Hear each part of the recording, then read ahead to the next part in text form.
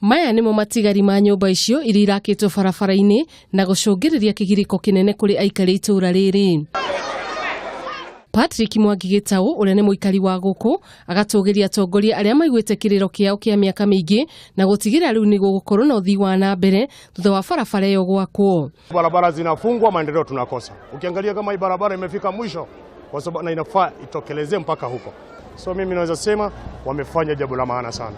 Miario ya Mwagikanyitwo mbaru ni aikari ingi aria monanitie gikeno kiao makiuga riu mitaro iria irahinganite ni mai ma giko riu ni mekuhota gutherera. Harakire wandu magikayaga awaria moka makaheo mbeca magathie no riu thirikari iria ikuri turamenya irutite wira no tuthie na mbere na kumeunga mukono. Tingatinga inakuja, sisi hatukuwa na mambo mingi, kama ni kazi ya serikali kuleta maendeleo kwa wananchi, sisi hatuna shida. Tunasema serikali ifanye kazi yake, mtu atii sheria na angalie masilahi ya watu wengine. Nyumba ici ni imwe iria ciekiritwo rũri-inĩ thirikari ya kaunti ya Nairobi na itanya ria kumomorwo.